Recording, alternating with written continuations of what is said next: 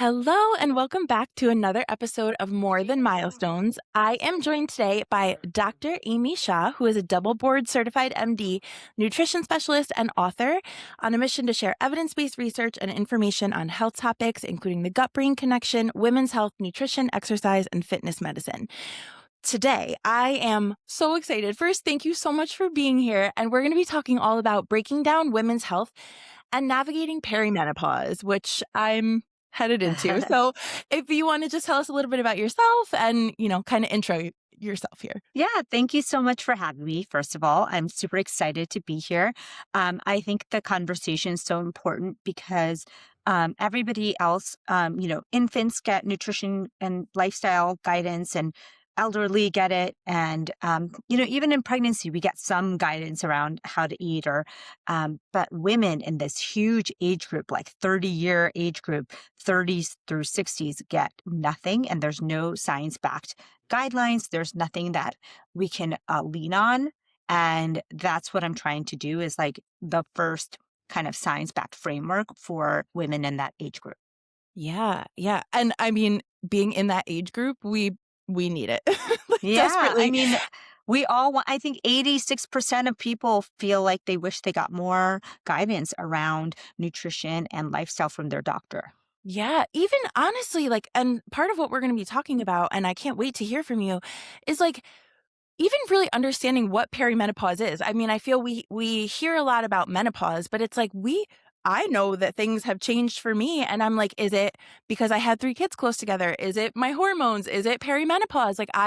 There's just not a ton of information, which is how I found you. So thank you for doing that work, and I'm really excited. I think this is going to be really helpful for the listeners and just in general. So okay, shall we?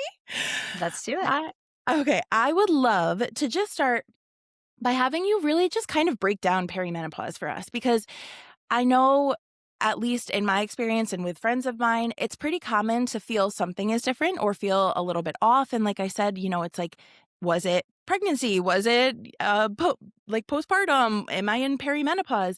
So can you really first start with what made you focus on women's health? And I know you said a little about the gap there, but what kind of started this for you? For me, it honestly started with my own journey through perimenopause. And I thought to myself, maybe I just didn't learn this in medical school. Like, as a physician, like, how could I not know about hormones, about nutrition, like how we're supposed to like exercise? So I started to ask my colleagues, is there an established protocol? Like, what does the science say about hormones for women? Like, how do we feel better? How do we feel more energized? What are we supposed to be eating? And they looked at me like blank, like, there's no research. We don't know. Like, there's just eat healthy. And so all of us, including myself, were left to Google at the time, to kind of figure out what it is that we should be doing. And as you know, if you go on social media or if you go on Google or now AI, you're going to get a bunch of vague answers and really no clarity. And so you're kind of left with no handbook, no real guidelines. It's all just diets, how to get skinnier. It's, these hormone balancing protocols that require all these different herbs or supplements. And so I started to kind of try to figure it out for myself through the research. And as I started to figure it out for myself, I started to share it online and share it with my patients. And then after years and years, I figured out a few things that actually seem to work for a lot of people, and a few things that I think we can actually give to the larger public and say, like, hey, if you want to feel better, like, you should try to eat these things. You should try to avoid these things. And it's not a diet. It's not about losing pounds or inches. It's about being strong. It's about protecting your brain. It's about aligning your gut brain connection and your gut hormone connection, and living a long, healthy life. So that's basically how this book came about, is because I started to share it on social media and I started to see the response, because just like me, it seems like there's a lot of people who felt kind of left out in the dark about this. Totally, 100%. And it's so funny. Even there's been so many times where I've seen something on your page, and it has even made me think about the fact that, like, as women or as girls, even in adolescence, I didn't even know what the cycles of my Yes. menstrual cycle were. I didn't know how to exercise in them. I didn't know how to listen to my body and be like, "Wow, why is it so hard for me to run today when last week it Yes. was fine?" Even as a young athlete. And so it almost feels like this starts even earlier for women. And it makes me curious, like, why is it, or why do you feel that hormones and health are so misunderstood specifically for women? Like, why are we left out of the research? Why are we, Yeah. what is that? Well, I think it started maybe with a little bit of good intention because they didn't want to do research on people that would get pregnant, right? Like they were like, what if, we do this study and then someone in the study is pregnant and we didn't know it? So started out with that.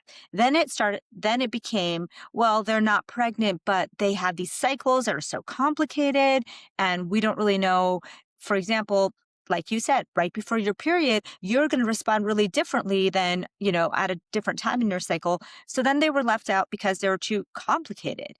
And so it wasn't until the 90s, I mean, that's not too long ago, where they were actually mandated to be in studies because the NIH was like, wait a second, we've basically left out women from every single medication study, every single heart study, every single hormone, like everything was basically done Wow. on young men, and we were missing the boat. And what happened is, for example, something like heart attacks, okay? Heart attacks is the number one killer for men and women. Turns out that women present differently when they're having a heart attack, but nobody knew that because in any of the heart attack studies, it was only men that were enrolled. And so when women would say things like, I feel nauseous, which is not a word that usually men use, or that, I'm having, they didn't have like the typical crushing chest pain to the left arm, which is what we learned in medical school. They would have like nausea, they would feel off, they would feel tired. And so those words, like when you're saying you're nauseous, you're feeling off, you're tired, doctors would be like, go home, you're fine, because they didn't equate that with a heart attack. And Wow. it turns out that women had like 50% worse outcomes because they were not even being treated, or when they were being treated, it was so late because it was like past the point of being able to do anything aggressive. So that's a big lesson. And that's just one out of thousands. And the other is hormones. Like we have no data on what happens to women, or very little on what happens to women, at various points of their cycle, and then they're taking a medication or they're doing an exercise. And so I think that it started out with maybe like a small of a good intention, and it turned out to be this horrible kind of mistake that the medical system has made. Wow. Wow. That's, Mm. oh my gosh.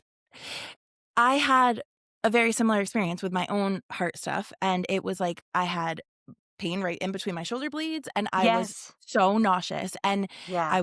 I ended up going to the emergency room, and thankfully they didn't write me off, and it ended up that my blood pressure was super high, and I am now on blood pressure meds. But it was like, if I hadn't have known that that was different and I wasn't feeling the jaw pain, like you said, I wasn't feeling the typical Yeah. arm pain, but like something was happening. Oh gosh. Okay. So And it's important to know that you may just say it differently. And for so long, doctors didn't realize that women might say it differently. And so they might just be like, oh, you're nauseous, go home, have some, like anti nausea meds, yeah. whatever. And so that's literally what happened. So if you had come, thankfully you came when you came, but if you had come like just like 10 years before that, you might have been sent home. Yeah. Wow. Wow. Okay. So let's dig into perimenopause. So can you just tell us, like, define perimenopause and menopause and postmenopause for us so that we can understand it from like an overarching view? Yeah. So, Casey, the simplest way for us to understand what's happening is that it's not like one day menopause hits and your hormones just drop to zero. So that's what we've kind of at least that's what I thought. Like, okay, you're fine until you get to menopause, and that one day, all of a sudden, the next day you have no hormones, and that's Oh, not how it works. It's like this gradual decrease of hormones for 7 to 10 years before menopause. So Wow. average age of menopause is 51, but there's people 40s, late 40s that have menopause, and then there's people into their early 50s who have who reach menopause. So if you minus 10 years, women as as their mid 30s to late 30s, and definitely their 40s, are in perimenopause. Usually that's 7 to 10 years before they actually hit menopause. Menopause is one day. It's the day that you have reached no period for 12 months, and that is considered menopause. So everything before that, when your periods are irregular, you're having all these symptoms, that is all considered perimenopause. And then there's postmenopause, which is like the 30 plus years that you live after these hormones have declined. So that's postmenopause. And so most of us are, either approaching perimenopause, in postmenopause, because menopause is that one day. Wow. And so it's so interesting to think about that timeline because at least now many women are having children later where you're almost already in that season and I think for a lot of us it's again not really even understanding that the influence of pregnancy and postpartum on that but the way they coexist together and even just understanding your hormones in general and I don't know about you but I know that being on social media, it's like you see all of these things about fix your hormones and cortisol and all of the things and the trendy stuff that it feels like is like all in your face. Can you break down for us what some of the biggest important hormones are for women that we should understand and why they matter in the perimenopause phase or beyond? Yeah. So the first one you mentioned it is cortisol. So cortisol is our stress hormone. And what women don't realize is that it's good to have a little bit of stress hormone, right? Like it wakes us up in the morning. Our cortisol is high in the morning because we need it to wake us up.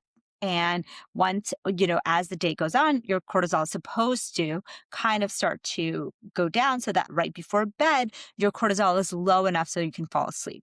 Now, I'm kind of alluding to the problem here. If your cortisol is not low enough um, before bed or in the evening, then you're going to get that tired but wired feeling. And as women notice, I think almost all 90% plus women will notice that their levels of stress or this cortisol feeling definitely goes up during this perimenopause period. And so the research actually corroborates that. What happens is estrogen kind of and progesterone kind of counteract some of that cortisol. And as your estrogen and progesterone are going down for that 7 to 10 years before menopause, you're not going to have as much buffering of that cortisol. So I'll give you an example. The same stressful day that you used to have in your teens or 20s, you cannot tolerate it anymore. Like, for example, I would skimp on sleep. Like I would get very little sleep. I would jump up in the morning. I would not have any kind of sunlight or routine. I would grab a coffee and I would rush like out the door in the car and I would go to a stressful workout and then I'd have, tons of caffeine, stressful day. And I could do that and I could be fine. When I entered perimenopause, I noticed that when I did that, my sleep got thrown off, my mood got thrown off, my cravings were off. Everything started to kind of break down. And that's because my body wasn't able to kind of like handle that crazy cortisol that we have in our lives these days. And you have to respond to that. So that's one of the hormones that definitely changes. And that's very relatable to a lot of people. When I say this, they're like, oh my God, I used to be able to drink and then stay up late and then wake up early and all of that stressful activity on your body. You can't do it as much anymore. And your body's kind of having a little bit more trouble kind of buffering that cortisol. So that's number one. We also have changes in estrogen and progesterone and testosterone. So I'll talk about estrogen and progesterone mostly because those are the main kind of things that seem to go down precipitously during that perimenopause phase. Estrogen if you think about estrogen and progesterone as two sisters, estrogen is the social, energetic sister, and progesterone is the cool, calm, and like kind of more careful sister. And so you need both of them because they kind of balance each other out. And during our cycle, you have more of one and the other. Like during peak ovulation, so day 14 of our cycle, we often feel the most energized and we're doing the biggest lifts or the fastest PRs. And that's because our estrogen is at its peak and estrogen sister is kind of like dominating. And then when we get to right before our period, often we feel anxious and can't sleep because that progesterone, that calming sister, she's dropped off. And so progesterone is like kind of the calming anti-anxiety hormone. So if you think about it, as we get into perimenopause, we're losing both of those. And so we're having more sleep and anxiety issues. Sometimes that's like the first thing that comes up: sleep, stress, anxiety. And then we start to have the estrogen related symptoms, which is energy levels low. We're getting weight gain around our belly. We're getting joint pain and muscle pain. So that's kind of like the main hormones that seem to be off.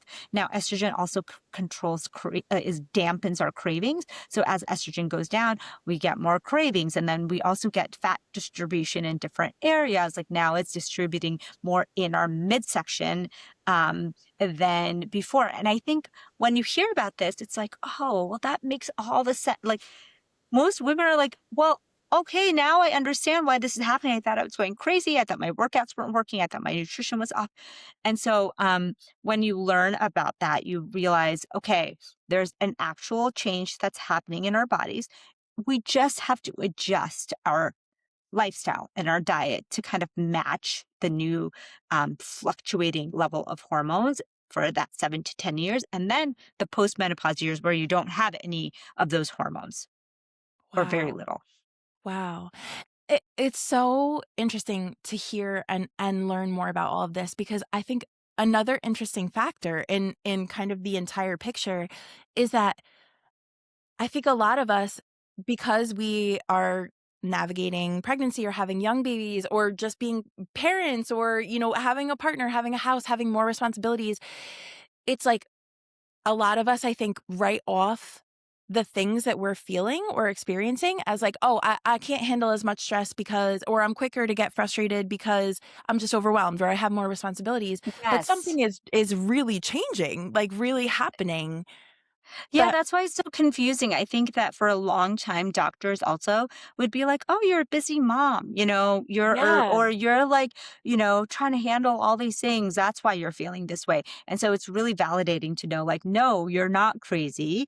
There is something happening, and you can do something about it. Yeah, wow. So you said some of the common symptoms that women might experience as they go through these different phases. Are there any that you find most surprising for when you make the connection for your patients or, even from like a physical versus a mental or emotional standpoint, or like even cycle changes?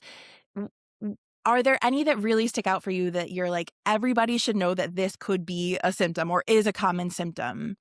Yeah, I think okay, so the most common one that I see is that people feel exhausted, mostly because they're not able to get a good night's sleep no matter what they try. Or it's like super variable. Like one night you'll go to sleep and you'll get a great night, and the next night, for some reason, you just can't sleep. And that energy change that happens the next day because you didn't get a good night's sleep, I think that is like one of probably the most common symptom is the sleep disturbances and then the fatigue that comes with it.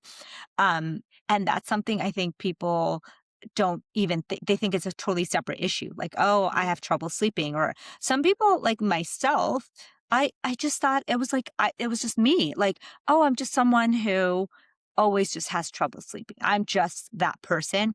And I did notice it was getting like worse, a little like harder. But I couldn't put two and two together because nobody told me, right? Like nobody told me this could be it. Something that's like weird that is menopausal is like frozen shoulder or carpal tunnel syndrome. Both of those things are something that you would never think had anything to do with hormones, but they do. And Oh, because you always think of hormones as like menopause is like hot flashes, night sweats. You don't think like frozen shoulder, carpal tunnel syndrome, that kind of palpitations, anxiety. Those are all symptoms of perimenopause. Wow. Wow. Wow. This it's absolutely fascinating. So w- the okay, building off of that. So we've talked a little bit about hormones, and I know from following you that hormones don't work in isolation, just like you're saying now they can impact other things. Can we talk more about the gut hormone brain connection? Like how does gut health affect hormone balance and like the importance of that for women to understand? Yeah. So I think most people don't understand that our gut is the command center of our body. Like everyone always thinks it's just the brain, but it's actually the brain gut axis is the command center in our body. They're the ones telling the rest of the body what to do. And so I think that alone is like, oh, really? Because I thought gut was just gut, you know? So the gut is constantly sending messages to the brain. It's almost like they both have walkie talkies. They're so in constant communication about everything and anything that the brain hears what the gut's saying and the gut hears what the brain's saying. So, for example, things you're eating, the gut is sending messages to your brain about what you're eating, what you should feel from that food, if you should feel full, if you should feel happy, if you should feel stuffed, all of that stuff. And then it's also telling the brain if you're eating things that are toxic, like food poisoning or even like alcohol or ultra processed food. It's telling the brain, hey, we have something here that we don't really like. We're taking care of it, which is, hangovers is the feeling of like your brain being like, go take care of what you need to take care of, or people feeling fatigued from eating chronic processed, ultra processed food. So there's a constant communication, and the brain is sending signals to the gut too of the ideas, of the sunlight, of the sleep, of the thoughts. And so a lot of times, you will feel like when you're reading a lot of negative things, you're not getting enough sleep or not getting enough sunlight. You feel tired and your gut will be off because it's getting signals from that command center. So it's a two-way street. And they control the hormones and they control the immune system, meaning that they're the ones that say, hey, immune system, I need you to activate. That's inflammation. They're the ones who are like, hey, we need more estrogen in our system, like literally recirculating more estrogen into the system. They're the ones that are like, we need to make more thyroid hormone. And so that brain gut axis is like the command center of our entire body. Wow. Wow. That's why don't we learn about this? Oh my I gosh. know. Oh, it's crazy. Okay, so how do like speaking of our guts and nutrition and what we're eating, how do nutritional needs change during that perimenopausal phase? And I also, as an aside, we don't you don't have to answer this if you don't want to, but I'm so curious about your thoughts on intermittent fasting because I Yeah. know that women were not really research, Test part it. of that Yeah. research, yeah, Yes. so I would love to hear how our nutritional needs change, but also, like, what can we do to support that need? Yeah. So, okay. One big thing that changes during this time is our gut because there are gut bacteria that need estrogen to survive. So as your estrogen is kind of like plummeting and going on a roller coaster during these years, those bacteria die. And so we are left with less bacteria than we had before. So a lot of women will start to get like bloating or GI symptoms during this time. So some of the things to support during perimenopause is one, more food for that gut bacteria. So fiber, that's one thing that you want to have more of. There's probiotic foods, again, for the same reason, supporting that gut microbiome. Probiotics are actual bacteria that you give back to your gut, simply thinking of something like yogurt or kimchi, sauerkraut, that kind of thing. And then third thing is protein. And this is because there's also muscle loss during this transition time. We have a lot of estrogen in our muscles. And so as we start to kind of move through this phase, we also get muscle loss. So we have to counteract that by making sure we're lifting heavy and eating more protein. Wow. Wow. That's and, like, those feel feasible, but it's also, I think when we're getting all of this information about like eat all the protein, eat like do this, do that, it feels almost like you're like, I can't do all of that, so I'm just gonna do none of it, you know? And it's Yeah, like if you exactly. yeah, but if you really simplify it to like fiber, probiotics, Yeah, protein, lift. That's yeah. it. Yeah.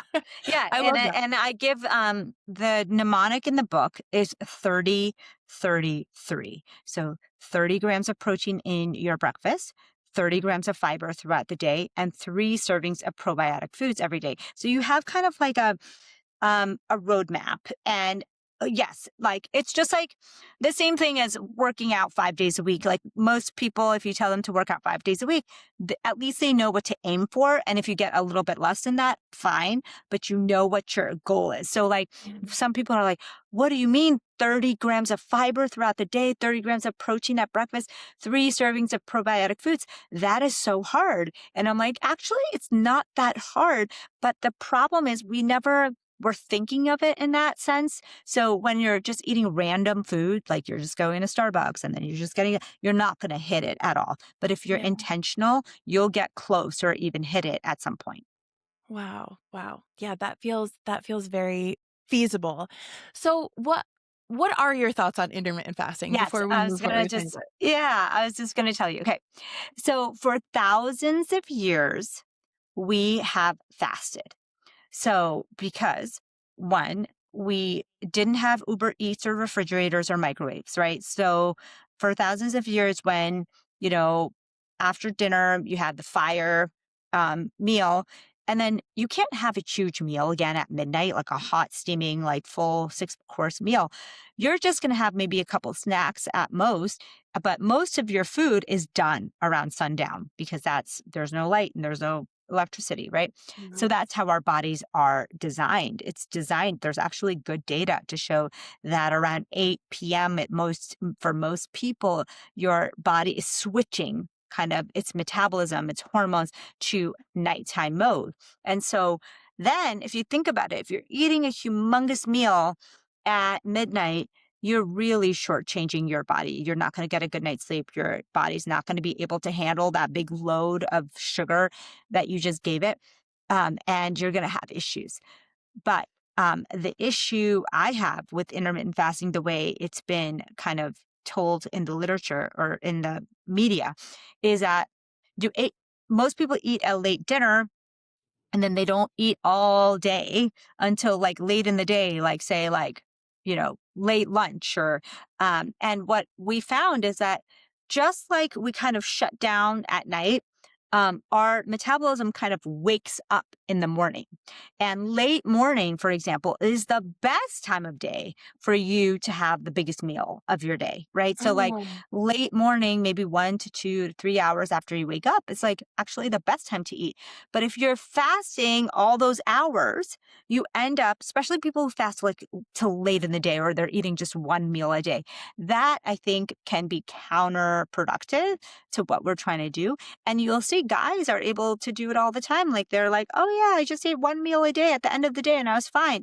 And women often struggle with that because of our hormones also counteracting those feelings. So, all in all, I would say the studies kind of support more of a light, dark cycle kind of fasting, meaning eat as much as you can during the day.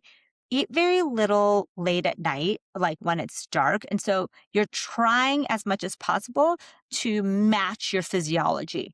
And so, intermittent fasting, if you can time it like in a circadian style, I call it circadian intermittent fasting, that is ideal.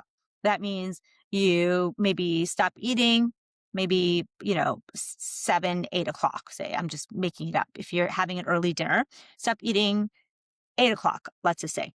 And then you don't eat the next day until maybe 9 or 10 o'clock. So you have a 14-hour fast right there. And so you're getting that break from food, which everybody needs.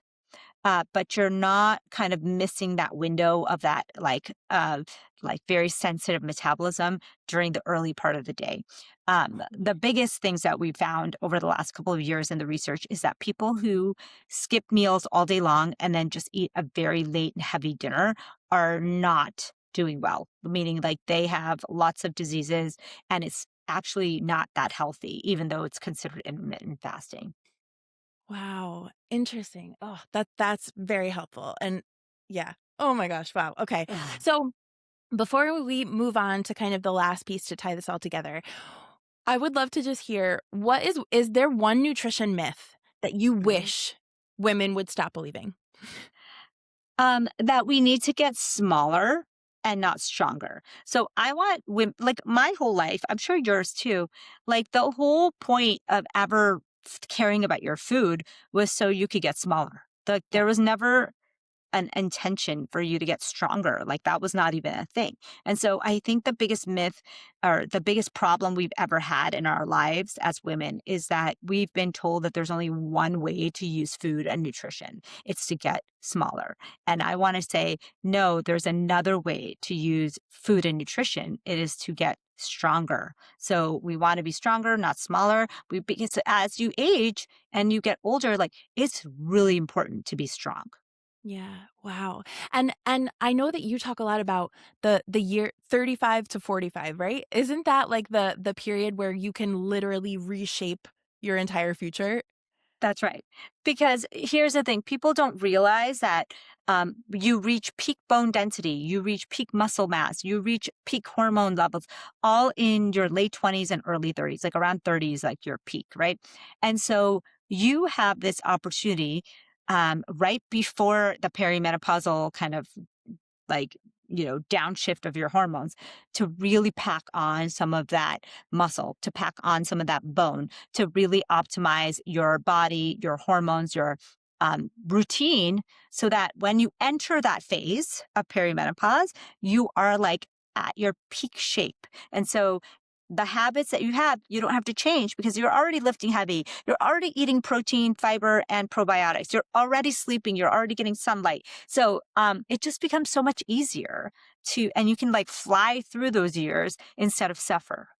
I love that. I love that. And I like almost reframing perimenopause as a health reset rather than Yeah. viewing it as like a breakdown or a negative thing. Like this is like the power. We have the power right now in this season. That's incredible. So what what are the long-term health implications of this stage? Like, I know you said about bone density and even from like a heart and metabolic standpoint, like what are the big long-term implications of what we're doing right now for our bodies? Yeah. So if, for example, the reason I tell you to eat protein is that you're losing 1 to 3% of your muscle mass every decade.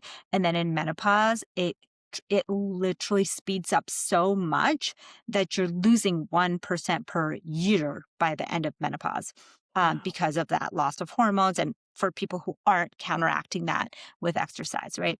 So eating protein and really giving your bones and muscles a stimulus is so important because the thing is, if you don't, you're just losing it over time. So you're losing 1 to 3% per decade, then per year at the end of menopause. And then you're left with very frail bones and very low muscle mass. And what that means is not only are you losing your ability to be mobile, when you're 90. So it goes like this, for people who can't see, it's like this downward slope.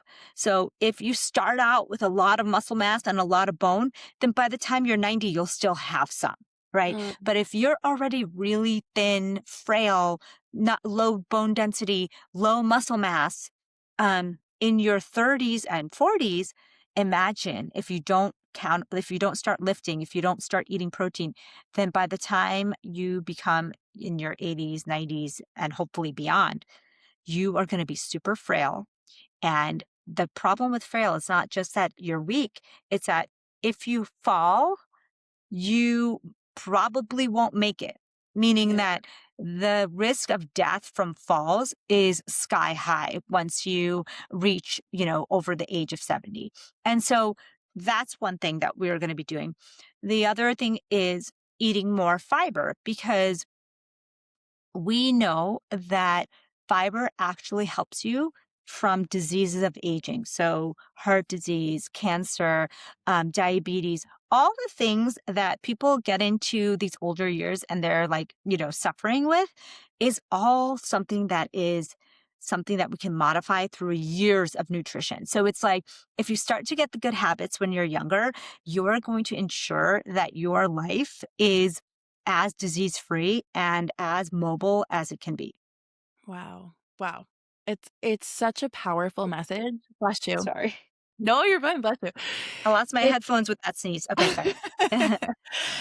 I mean, it's such a powerful message and but also so encouraging and not in a way that feels overwhelming, like it's because I think at least for me, it's like I think about this or I would have thought about this time period and been like, well, okay, like I looked the best I was gonna look or I felt the best I was Yes. gonna feel. And it's like, no, like this is the window now. Like Yes. yeah, wow. And you've seen, I think you and I both know that people nowadays look like they're in their 30s when they're in their 50s. And Yeah. it's because not only do they look that way, they feel that way because they've been Mhm. taking care of themselves. They're taking care of their mind and their body. Wow. I love it. I love it.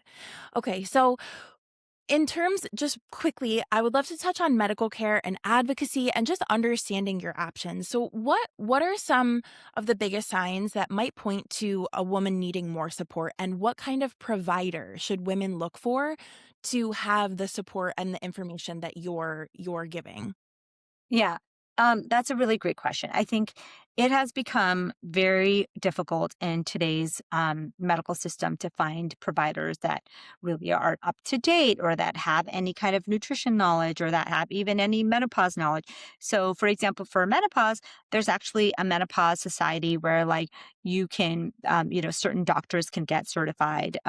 There's also different ways of doctors to get more education about the updated guidelines. So there's definitely a movement towards both OBGYNs, but also primary care doctors and all kinds of doctors to have more knowledge in this space. Unfortunately, it's not like one particular doctor is going to, is going to have all the knowledge. But I think the best way to screen for this is if you go to your doctor and you're like, hey, can you tell me about perimenopause and what I can do in my nutrition and lifestyle to help support this? And if they look at you with a blank stare, like I got when I was in that phase, you know that they're not updated with the science and the tools. And you know that they're probably not in a mean way, but they're not really ready to support you in this journey. And same thing, and like, similarly, if you brought to them this information, hey, I heard I was supposed to eat 30-33. I was supposed to get more protein, more fiber, more probiotics. What do you think about that? Like, how do I decide which supplements are right for me because of my age or my conditions? And if they either brush you off or they don't know what you're talking about or they kind of almost combat it, that's also like a red flag, for example.